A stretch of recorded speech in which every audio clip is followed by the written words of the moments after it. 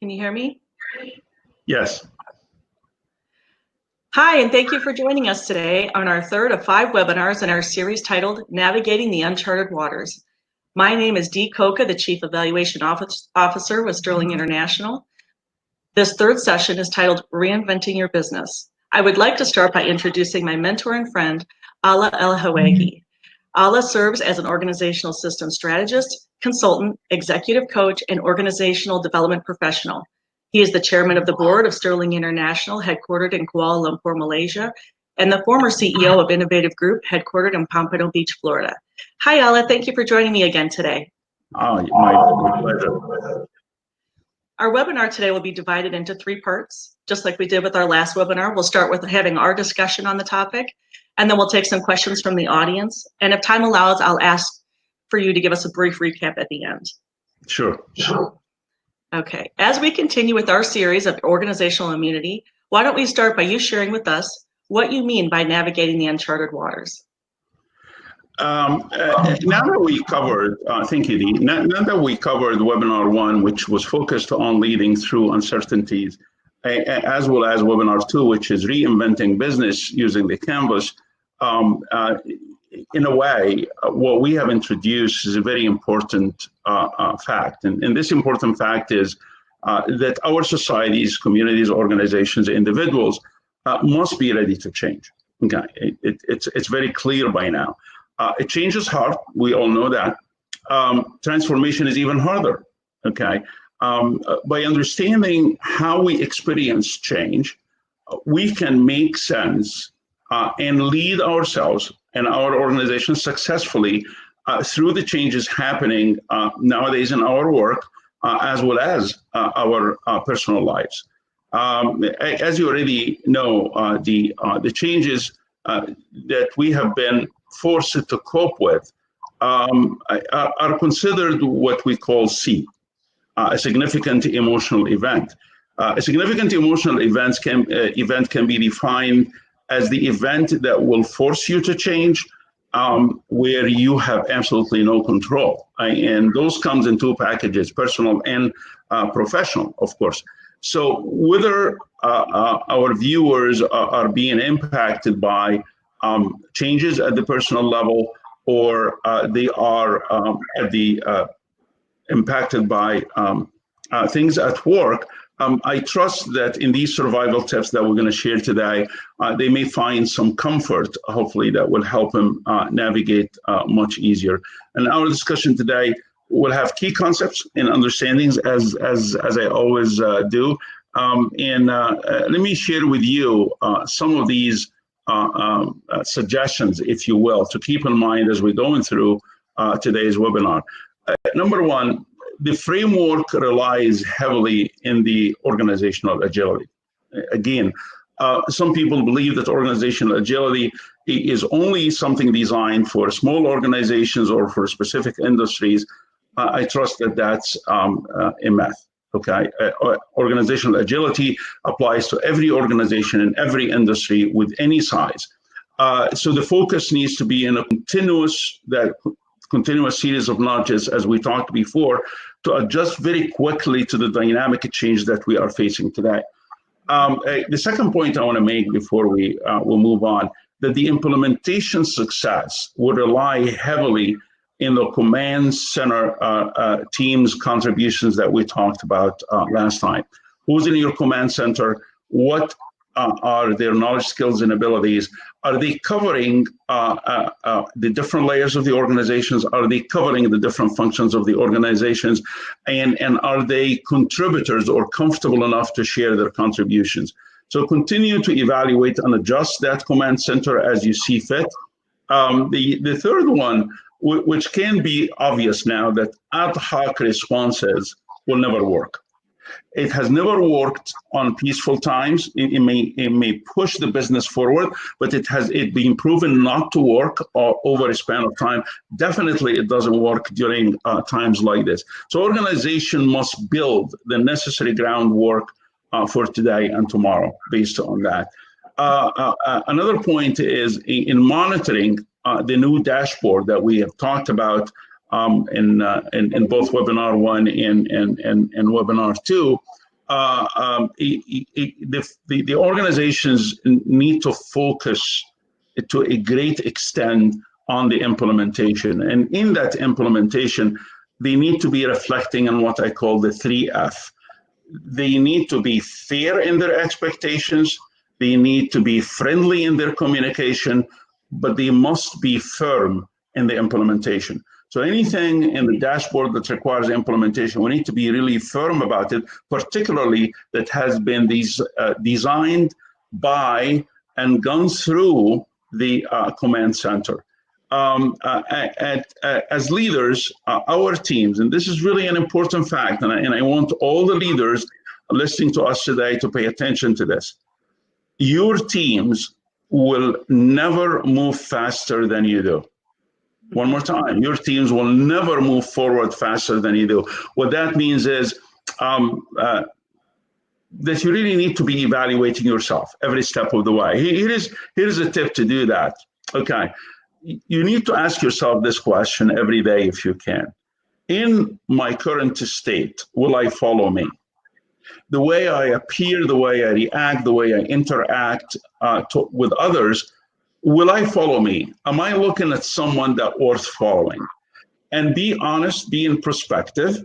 And if the answer is no, it means that there are some things that you need to work on. Mm-hmm. Okay.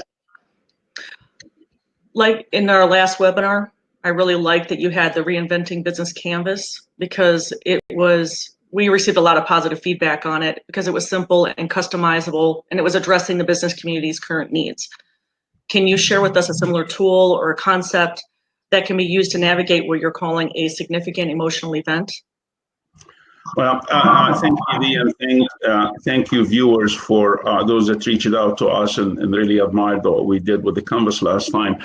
Indeed, this is what I'm going to do this time. I will share with you and our viewers a very simple framework. Is not new, but is customized to fit what we are talking about or trying to get to. It's very easily customizable, and I call it navigating the charter water framework. And as we agreed last time, if you remember, this is a base that every one of us can work from, and it's not a prescription. It's not something that you have to use verbatim, but again, it's customizable and it's available, and you can add to it, take away from it as you see fit. So let me go over this very quickly. You notice something that in the middle, by the way, like we've done last time, this is also going to be shared with everybody. I believe it's either going to be in the chat room as a link that everybody can download it. Mm-hmm. If not, I'll make sure that we have it available to everyone. As we talked before, you notice in the middle is the command center. I added something to it this time, which is the strategic apex. And the strategic apex is what organizations call the C-level, the chief level. And the reason I added this, because there may be a separate session at the beginning, especially during step 2, which is the planning, that the executives need to agree on before they get to the command center. Again, they're not going to agree on cast in stone strategies, but rather they need to discuss some possibly sensitive information about finance and about where the organization is, etc., but also about how do we see this period and what do we can do to get the maximum out of it, if you will. The other thing I want to note, which is on the right of the chart, this is a formula that can be used immediately now. It can be used for tomorrow and in months to come. And then the new normal. And the reason I'm calling it the new normal, because it depends on the industry, it depends on the size of the organization, it depends on the geographic location where you are operating. That normal may look different from one organization to another, from one society to another. So let's begin, and we're going to go clockwise, okay, on this. So begin on the top left corner, which is step number 1, and it's titled, each one of these steps, I gave it a title, and I also have like something at the end, like a theme or what you get out of it or why this step exists. By the way, also let me add before I begin the details that this is based on Henry Mintzberg 5 Ps of a strategy development. This is a concept that we in design, and in fact, Harvard Business Review commented on that as well. So it's kind of a combination. This is what we try to do in our webinars. There is so much in the market today. We're trying to condense it, to make it simple, to make it user-friendly, so people don't have to look multiple sites and go to one place where they can get easy-to-use tools that are ready for implementation. So the first one is where to go. And this speaks to our position. We discussed this when we discussed in webinar 2, leading through uncertainties. Actually, webinar 1. And I highlight 3 things here. Again, the purpose of the position is to help us make a smart decisions. So the 3 things that probably I feel that they are priority in here is, who are we? Who are we in this new position? Okay, how do we want our customers to look at us? Okay, so who are we in the market? Okay, whether in reference to volume of business, our new image with our customers, internally with our employees. The second thing, who are our main competitors? And this is important information to help you always know where you stand in the market and what are some of the things that you need to do. The third question is, do we need the entire organization open? I alluded to this when I talked about the reinventing business. I'm not suggesting that by shutting down parts of the organization, you send people home. On the contrary, I am suggesting, however, that this is the time for manpower planning. This is the time to know where people are, what are they bringing as knowledge, skills, and abilities, where we can use them the most. And can we, if we don't need a part of the business to be open today, can we switch our resources to go to other areas that possibly is increasing, possibly are needed, possibly the customers are asking for that we didn't expect, etc. So from there, we get into the planning, okay? And I call this the navigator. And there's a reason for that I'm going to get to at the end of this step. This is what to do. The planning, obviously, is always about what to do. And this is where maybe the strategic apex need to take a deep breath and kind of meet a little bit for a few minutes first before they interact with the rest of the command center.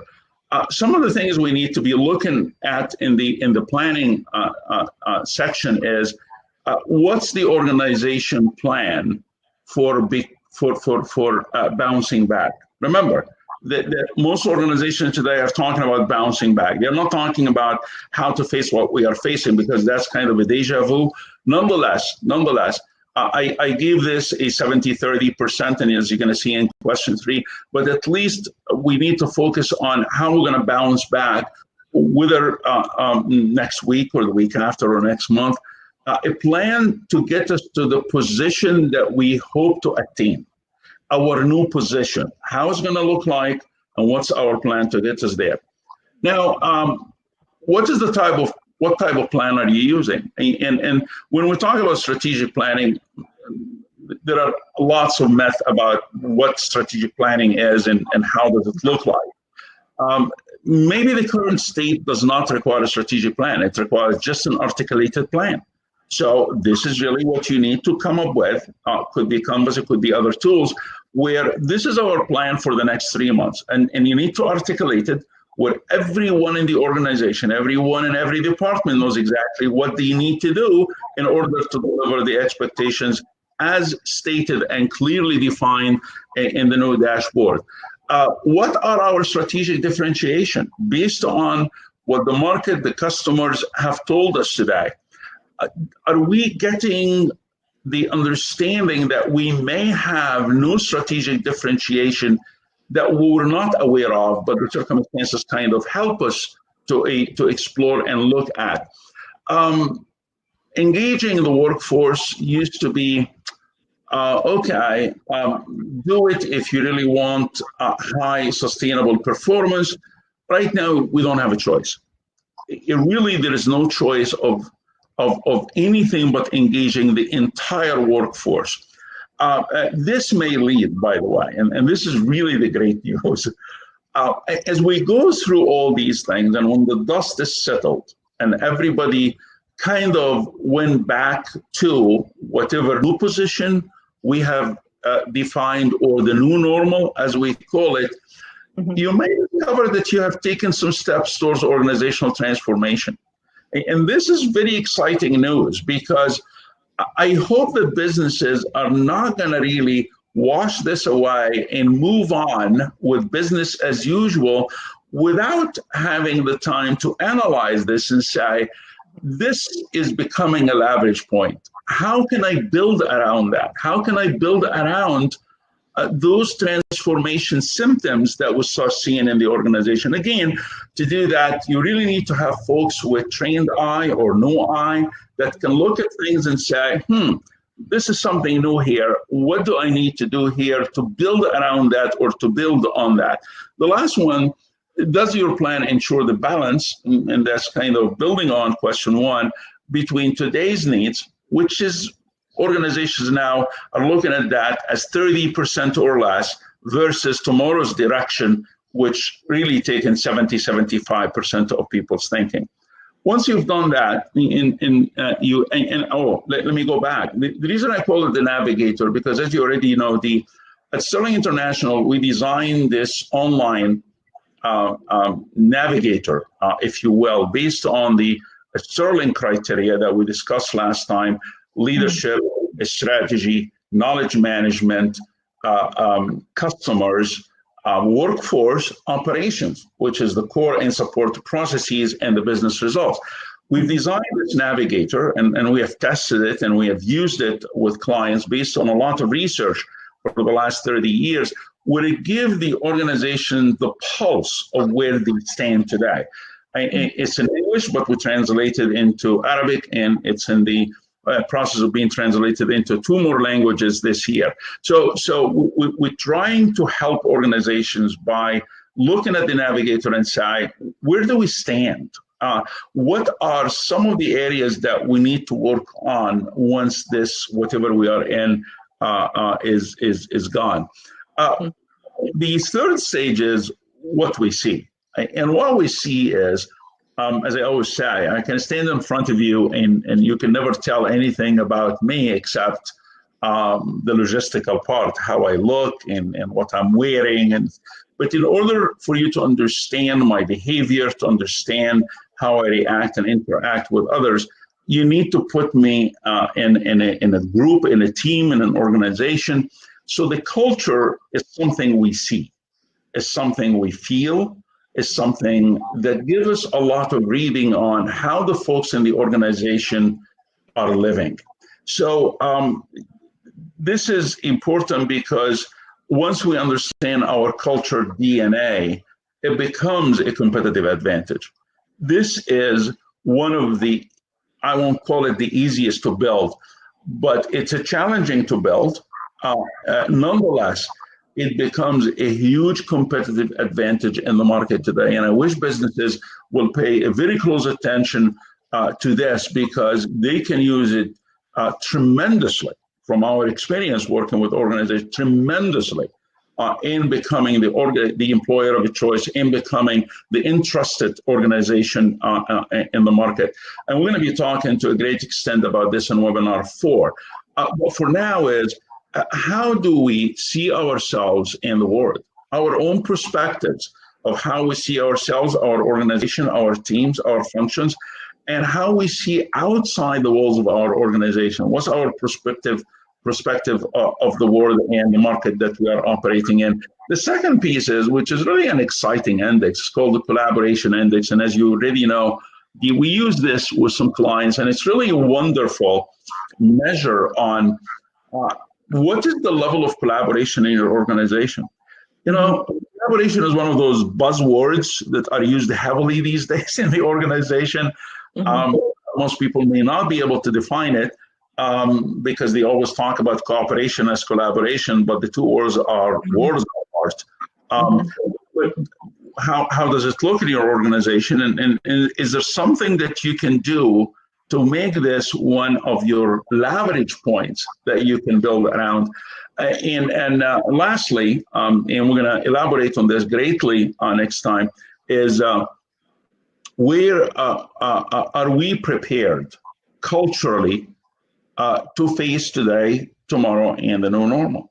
And if we are not, what are we missing? Yeah. Is there a tool that we can measure culture? The answer is yes. Is there a tool that we can measure maturity? Absolutely. Where is our organization from these two? And what does healthy culture look like? What does a mature organization look like? Those are kind of, there are lots and lots of possible tools that can be used in that arena.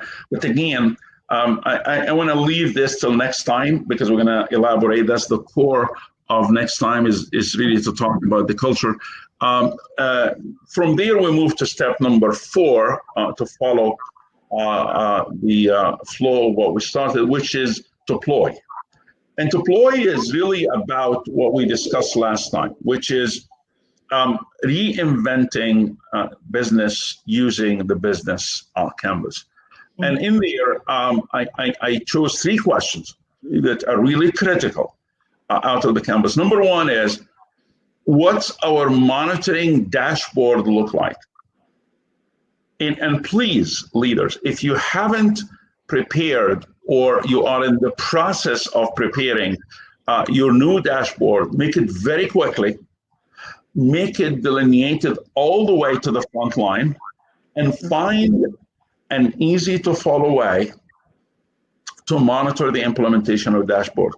Your well-being depends on that. My second question that I pose on leaders under the reinventing business, what are our priorities and coordination abilities? To set priorities is a science and an art. And to coordinate those priorities requires fantastic logistic efforts. And unless we have a very clear way of setting priorities and a very clear way of coordinating efforts, the new dashboard will not mean much. Okay? And the monitoring of that will not mean much as well. The third one, which is really a be careful, which is, did we get overboard with our initiatives? People, when they are subjected to change, and some are drastic, like C's, significant emotional events like the one we're going through now, get carried away. Okay, they want to reinvent the world in 7 days. Okay, and so they do dozens and dozens and dozens of initiatives. No, stay cool, focus on the priorities, focus on the major indicators that are communicated to you via your command center as well as your customers, and respond to those. Okay, focus on the critical few, then the majority of the initiatives that have no place to deal with right now. This will ensure awareness. This will ensure awareness for everyone in the organization, and I mean in this case, everyone. Okay, the front line, because the bottom line is created by the front line. The front line must be clearly aware, must be clearly in tune with what's going on and all the directions coming from the command center. Finally, which is going to be the topic that we're going to talk about or discuss in webinar 5, is the pattern, okay, according to Henry Mintzberg. And here I call it the systemic approach, okay? The systemic approach is really one of the ways, in my humble opinion, that will ensure that we are on the way to immunity, okay? And that's going to be our final webinar of 5. And in there, we're going to be talking about mainly 3 things with a great level of details. Are we looking at the big picture? I mean, as we reinventing business and as we connecting to our customers and as we communicating with our internal stakeholders and as we playing our role in the society, are we looking at the big picture of our business, of our purpose, and who's involved in that? And how can we protect those who are involved in that? Did we measure our ability to be prepared at all levels in the organization? Some organizations are finding out that they were not ready for this. Most organizations are actually. Nonetheless, the organizations that are bouncing back, okay, are doing tremendous. Look at General Motors and what they are doing here at home. Look at Johnson & Johnson and what they are doing here at home. Look at Walmart and what they are doing here at home. Okay, yeah, I recognize I'm naming some of the business icons here, big organizations, but the mom and pop shops on the side of the road, okay, every small business is really doing something today that they never thought they were able to do before, okay? But also other organizations found out that they were not prepared, fine, and they are not even in a position to reinvent themselves. Well, guess what? And it really breaks my heart to say that, but those organizations are the ones that are going to go under.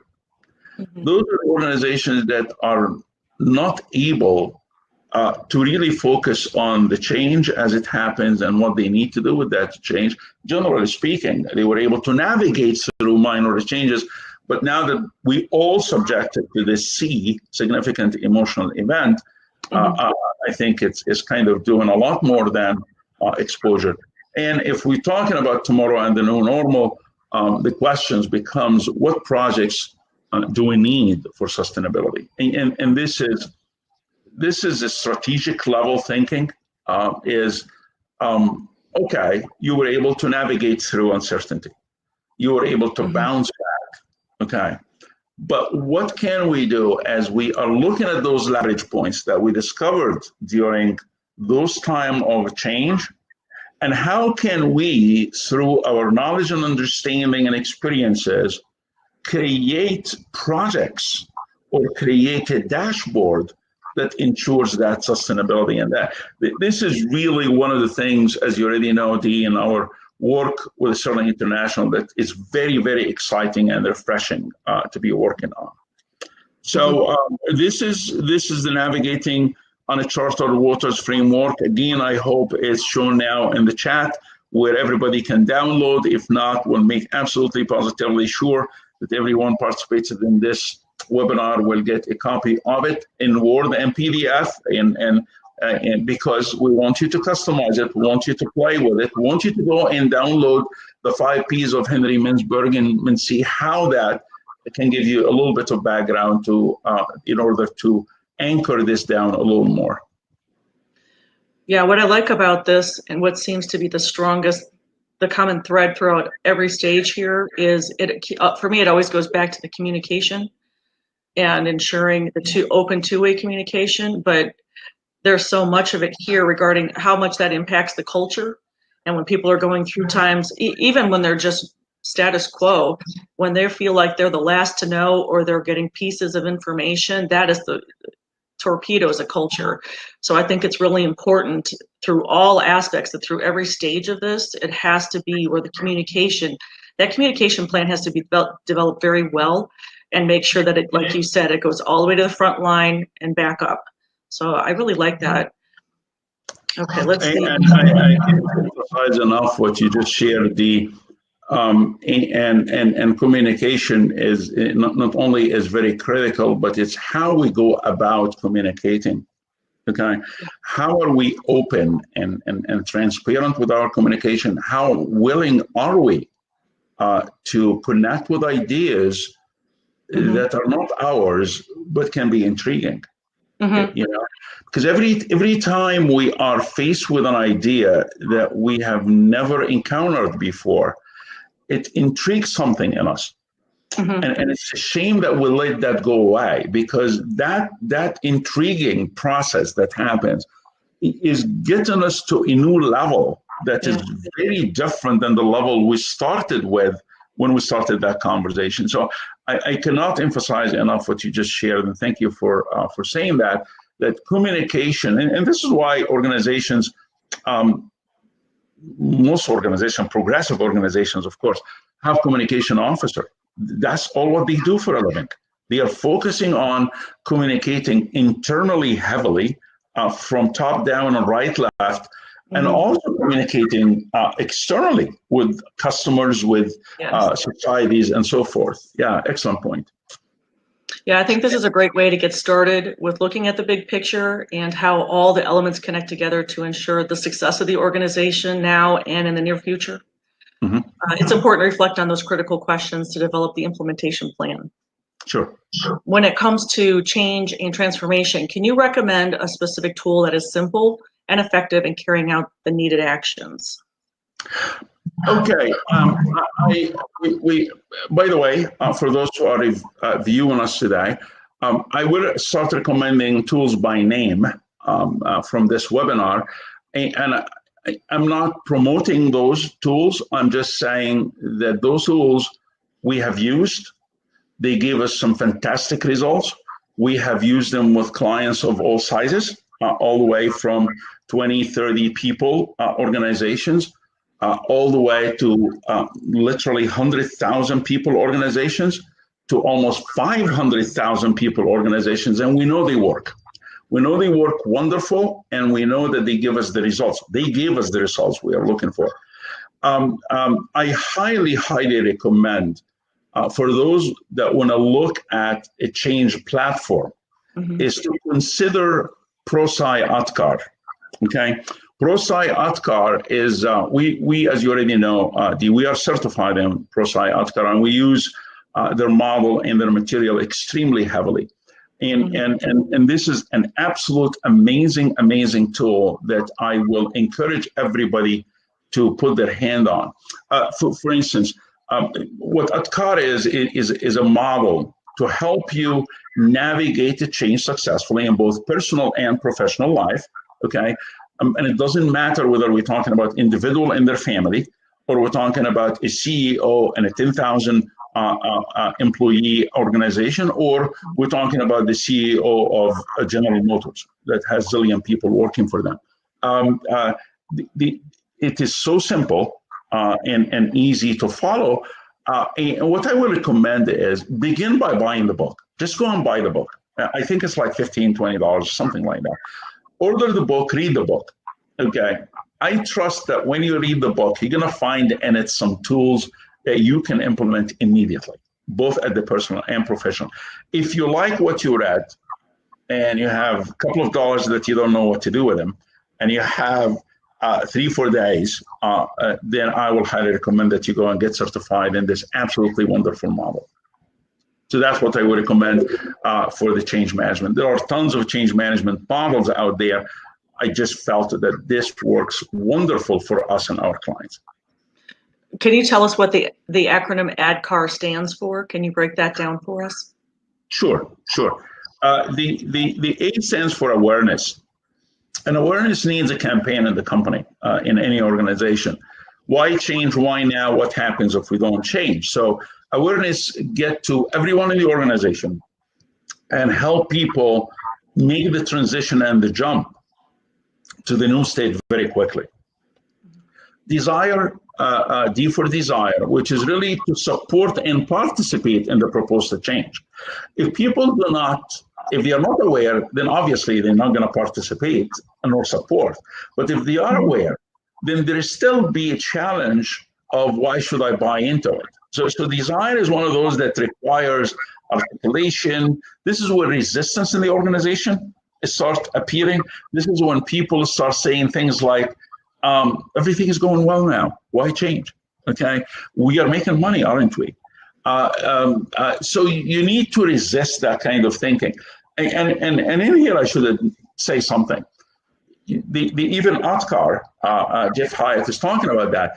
Your job is not to eliminate resistance. Your job is to be able to successfully manage that resistance. So under desire, there are a lot of good material that will help you, one, build your resistance plan during change, and identify the resistance pockets in the organization, and then put a plan how to overcome that resistance. K stands for knowledge, and this is very critical, okay? Because why? Let me make this statement first. The skills and knowledge and abilities that got us to where we are today will never get us to where we need to be in the future. That's a generalized statement, has nothing to do with the sea that we're going through right now. Now, knowing that, and knowing that we have built the awareness and we have built a desire, now I'm aware of why I need to change and why now, and what happens if I don't. Now I'm on board. K comes very handy. Show me how to change. I need your help. I need the new skills that will help me navigate through the change and get the organization to the new state that it's been designed to. Abilities is nothing more than anchoring the knowledge that we had.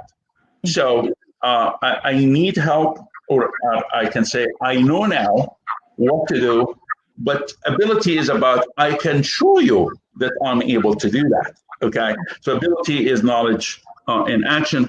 And finally, reinforcement. And this is so important because most organizations, once they finish, okay, everybody is on board, we are doing what we need, we are getting to where we're going, and okay, everybody goes home, let's go back to normal. No, you have to consistently reinforcing the new state, reinforcing the new abilities, reinforcing the new knowledge that's coming, reinforcing the fact that we are not going back, we are going to go further forward.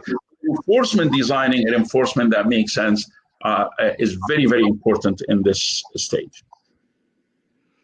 Okay, and again, I want to talk about the communication, because with this change, I mentioned this before, I think in webinar 1, comes this tremendous fear that hits the workforce. And when they don't have enough communication to know what's happening, and the reassurance that we're going to give you the training required to keep us going in the right direction, and you're coming with us, that's where you have a lot of problems with the morale and different things of that nature. And I think that's really important. And I like the ADKAR model because it is going to go through all of these different things and ensuring that you're getting your workforce on the right page, what's in it for them. And I think that's a really good tool. Yes. I know you keep emphasizing communication, Dee, and it's very, very important. We can't talk enough about that. And this is why when we started this series of webinars, the first thing we talked about in leading through uncertainties was the communication tool. How do we communicate with others? What kind of message? How consistent is that message? Is everybody saying the same thing? I have seen, unfortunately, in some organizations that, and it's done with good intent. It's not done maliciously or anything, where there is a message coming from the CEO, and there's another message coming from another chief, and there is another message that's coming from the department head, and there is another message that comes from my manager. And employees say, okay, are these folks talking to each other? Okay. Which one do I need to follow? Okay, can you make up your mind, please? And I think this is what we need to focus on. What we need to focus on is, and this is the importance of the command center, is what message are we getting out? How are we designing this message? Is it timely? Is it giving people the necessary information that they need? Is there a follow-up to ensure that whatever we communicated is actually being done? You know, one of the things that I really like about Patrick Lencioni the 5 dysfunctions of a team, when he talks about communication and cascading and how those have to go hand in hand, is suggesting that leaders need, when they get the message at the strategic level, they need to make sure that they communicate it within 24 hours to the layer below them, and the layer below them has to communicate it within 24 hours to the layer below them, and so forth. The importance in this communication, back to your point, is consistency and making sure that all these messages is the same or at minimum aligned. So one message is not telling me to go east and another message is telling me to go west. Okay, so your emphasis in communication is warranted, and it's very critical because of what we have seen in some organizations due to the lack of communication, and what that can do in normal times, not alone at times like the one we are going through right now. Yeah, and the reinforcement component is so critical because that's going to ensure that all the efforts of everything you've done are going to be sustainable, keeping on with the themes and the the initiatives, all of that, because if it seems like decisions are made and they're feeling comfortable, they got to the place that they're happy as far as top management goes, they don't feel like they need to keep reiterating. Well, they do, because the people on the front line still don't know that the top management has already decided, no, we're okay now. At the front lines, they don't have a clue. They need to be told, and they need to be reinforced. The new way of doing things. That's right. That's exactly right. Exactly right. Okay, so do you have anything else to say about this? Because I'd like to turn this over to some questions from the audience. Well, I can talk about this for days, but let's get to questions. Okay, let's see. Actually, we have a comment here from Dia. This is a suggestion, and he's suggesting that the wording can be changed for question 1 to optimize workforce rather than what to keep open in order to match what Dr. Allah is saying. Please advise. Well, Dia is absolutely right. Remember,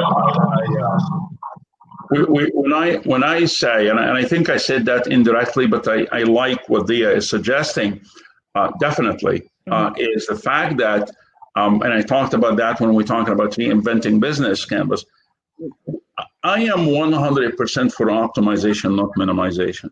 Yeah. I did that in all my previous jobs. I did that when I was on the front line. I did that when I was in management positions. I did that when I was in a chief strategic positions. I did that when I led organizations and continue to do. Minimization is the absolute last resort. And thank goodness I have never gotten to do that yet. I've never gotten to do minimization. Optimization is the way to go. So I totally agree with you, Dia, in your comment.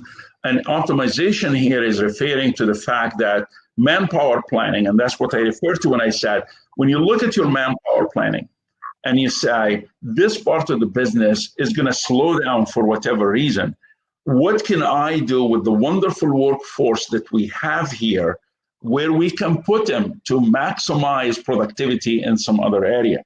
So whether we're talking about processes, we always talk about optimization, not minimization. We're talking about the size of the organization and the human beings in those organizations, as the system calls it, elements. We definitely looking for optimization, not minimization. So I totally agree, and thank you so much for your comment, Dia. Okay, let's see. Amr has a question here. For the competitive advantage or differentiation, how can we ensure the change or the transformation that we desire impacted the culture DNA in a positive manner? Let us, if we can table this to next time, because next time is dedicated for the culture, but let me give you a very quick view on this. Mm-hmm. Well, who is doing the performance in any organization? Human beings, right? Yep. Mm-hmm. Teams, individuals. Those teams and individuals are the ones that really shape or otherwise the culture of the organization, because the culture is about behaviors. Mm-hmm. It's about how I behave towards you, how you behave towards me, how I ask you questions and how you ask me questions. Okay. And I know you correct me most of the time, Dee, and the way I talk. I really appreciate that, because it makes me a better person. It makes me a more connecting person the right way. So it's really about etiquettes and protocols. It's about the values that are critical to the organization and how we go about implementing those values. Mm-hmm. You know, you look at any performance evaluation, if you will, and most organizations have something in it about values, but no one knows how to evaluate those values. You know, you look like 90% integrity. Okay, how do you feel?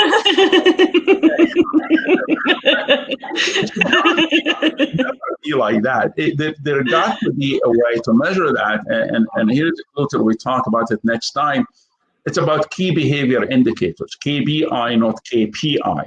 We're not talking about performance indicators. That's strategic track. The cultural track is, how do we want our folks to behave organizationally? How many of us have been subjected to different abuse from managers in our work? and we are not saying anything. And the organization is supporting those managers because they bring the goods. This is. I don't want to go on that tangent now, but let's keep it positive. Okay, let's look at the progressive organization. What does a progressive organization look like? People know where they stand, position. They know what they need to do, plan, and they know how to interact with others via the values that in the organization. Take an organization like Nordstrom. Nordstrom, they spend 90% of training budget every single year training your employees on values. Period. Not sales, not management, values.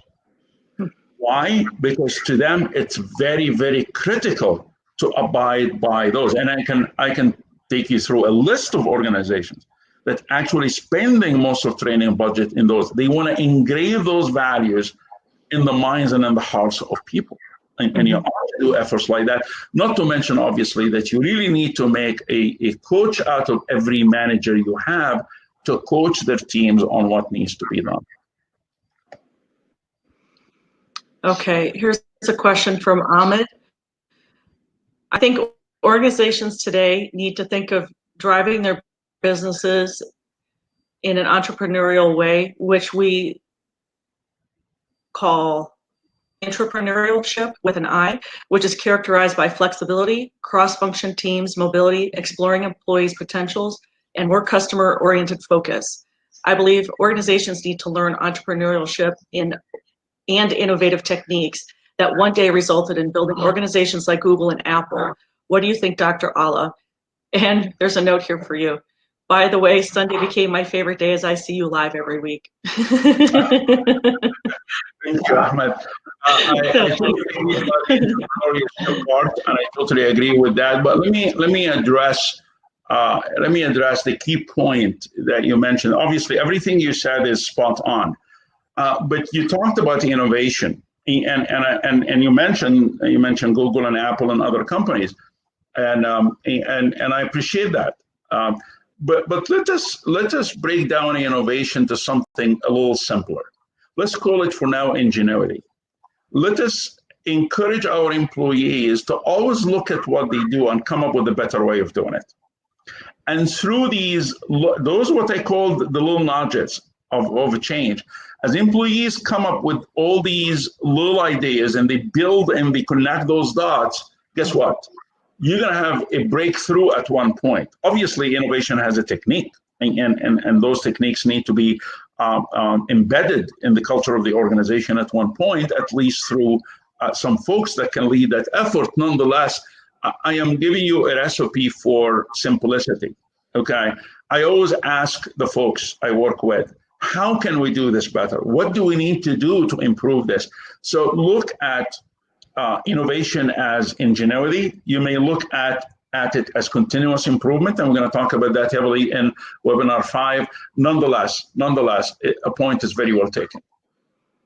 Okay, we have, I think maybe one or two questions here. Maybe I'm going to start with this one and see how much time we have left. Okay, Rizwana is asking, what is collaboration index and what framework should be used to calculate that?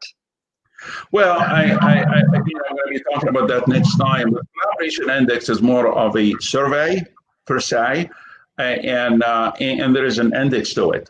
There are scores that go with that.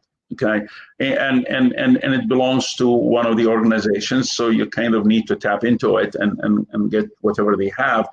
Nonetheless, it's a more of a call it survey, call it assessment per se, and you give it to a specific team, you give it to a specific department, and through that questions, you may find where you stand. The thing I like about it is even if you don't take the index, even if you don't do the survey or the assessment, just to toy with these questions, to play with these questions, okay?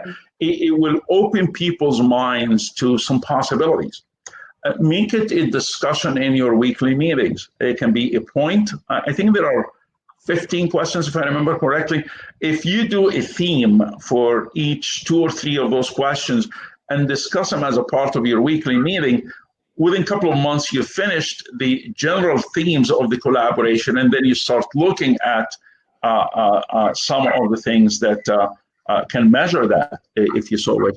Obviously, also collaboration can be measured under specific circumstances. For instance, do we have a collaborative mind during conflict? Okay, and how do we deal with decision making during conflict, for instance? And obviously, an assessment like Thomas Kilman can answer that. The first one, leadership challenge, Kozes and Posner can answer to that. And there are several others that are available for you to start at least a conversation about collaboration and building those themes in the organization. Okay, I'll go with, this is going to be our last question here. Ahmed has another question for you. Do you agree that organizations should be led as an army at this moment of crisis? Yeah, one more time, I didn't get the question, I'm sorry. Do you agree that organizations should be led as an army at this moment of crisis? Well, I like the sound of the army in reference to discipline. We need to be disciplined. We need to have clear direction. We need to have focus. But we also need to have a very high level of agility and a very high level of communication and a very high level of interconnectivity. So if by army we mean the discipline, the deliverables, the marching together, then yes, those are fantastic qualities that we need to have during this time. Actually, during any time, but more so now.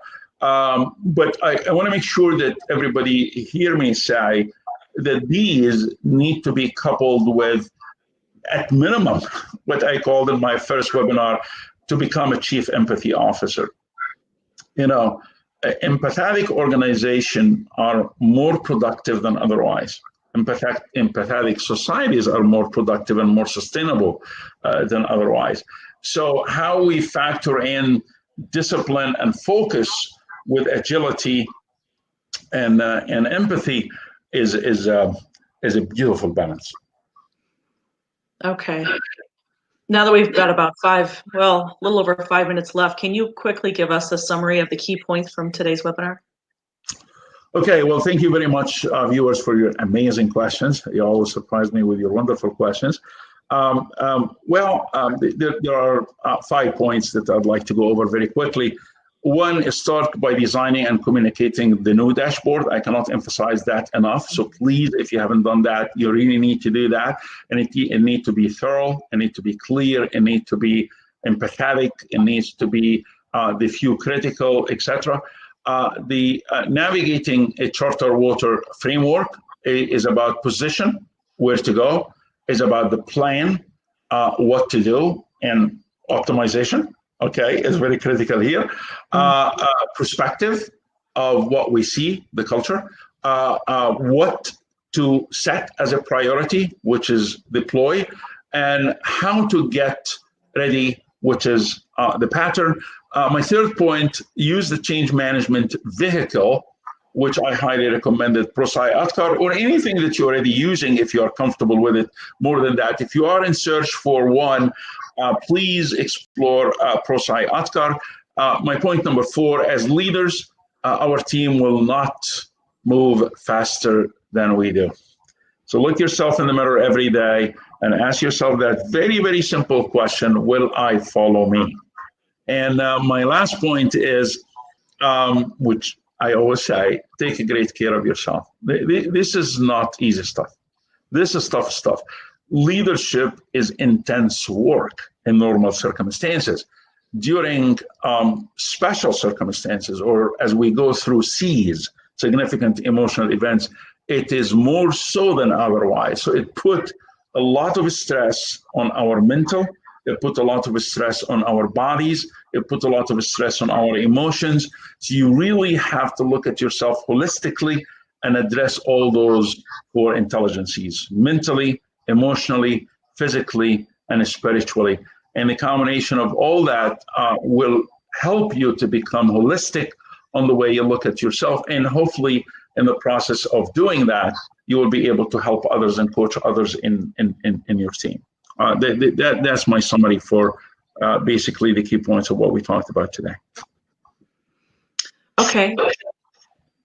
I'd like to thank everyone who reached out to us through the Organizational Immunity Resort, and I'm encouraging all businesses to continue to reach out to us at my.immunity@sterlinginternational.com.